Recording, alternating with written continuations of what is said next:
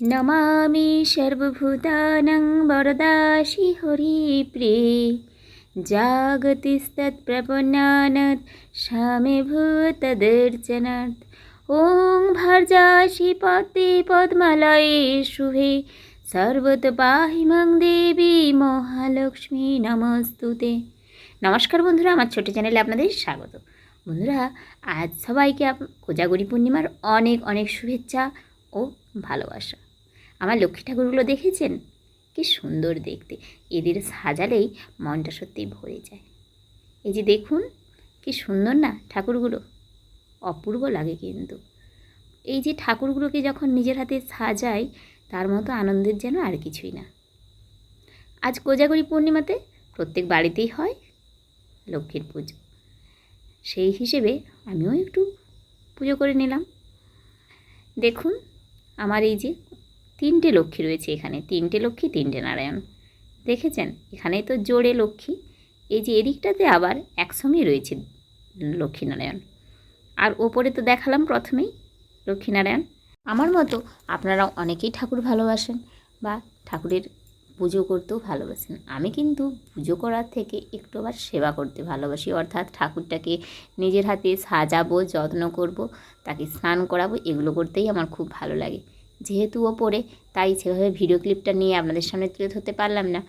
আসলে সবসময় একা একা সব ভিডিও ক্লিপগুলো নেওয়া যায় না, তাই নিতে পারি না। ওই যে সব কিছু পুজো টুজো হয়ে যাওয়ার পর একটু আপনাদের সামনে তুলে ধরলাম। বাঙালি বাড়ির মেয়েরা মানেই প্রতিটি হিন্দু নারী কিন্তু কম বেশি এই মা লক্ষ্মীর পুজো করে থাকে। আমরা প্রত্যেকেই এই মা লক্ষ্মীর ব্রত বা মা লক্ষ্মীর পুজো এগুলো কিন্তু পালন করি। আমাদের প্রত্যেকের বাড়িতেই ছোটো থেকে আমাদেরকে কিন্তু এই শিক্ষাটাই দেওয়া হয় যে মেয়েরা যেন লক্ষ্মীর মতো হয়, সরস্বতীর মতো হয়। এটা কিন্তু খুব কম মা বাবাই বলে থাকে বা পরিবারে বলে থাকে। আমরাও কিন্তু ছোটো থেকে প্রত্যেক মেয়েকেই কিন্তু সব সময় শিক্ষা দেওয়া হয় যে লক্ষ্মী হও, লক্ষ্মীমন্ত মেয়েই কিন্তু প্রত্যেকেই চায়। যখন কোনো ছেলে বিয়ে করতে যায়, সেও কিন্তু লক্ষ্মীমন্ত মেয়েই খুঁজে, অর্থাৎ লক্ষ্মীর মতো শান্তশিষ্ট।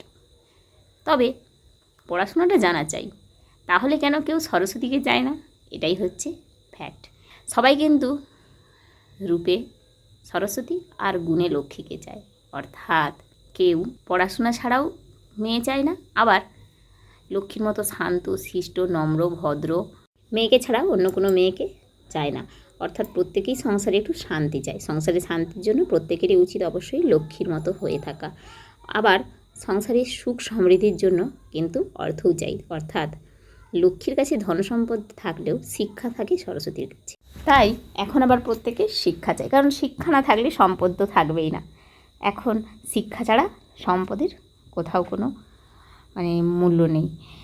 আপনার কাছে অনেক অনেক টাকা রইল, কিন্তু আপনার কোনো শিক্ষা নেই, সেখানে আপনার সম্মান থাকবে না। তাই শিক্ষা এবং সম্মান দুটোরই প্রয়োজন, এবং ধন সম্পদেরও প্রয়োজন। আর তার জন্য পড়াশোনা তো অবশ্যই করতে হবে, সঙ্গে পাশাপাশি লক্ষ্মীর মতো ভালো মেয়ে হয়েও থাকতে হবে। উগ্র হলে কিন্তু সংসার জীবনটা চলে না। সত্যি নারীরা বেশি উগ্র ভালো না, এটা আমি অবশ্যই মনে করি। তবে আবার কিছু কিছু সময় নারী যদি উগ্র না হয়, তখন পুরুষ আবার মাথায় চড়ে বসে। তাই সংসারে প্রয়োজন সব রূপেরই। সমস্ত রূপ যদি না থাকে নারীর, তাহলে সে নারী না। সময় বিশেষে, ক্ষেত্র বিশেষে নারীকে প্রতিটি রূপের প্রতিফলন ঘটাতে হয়।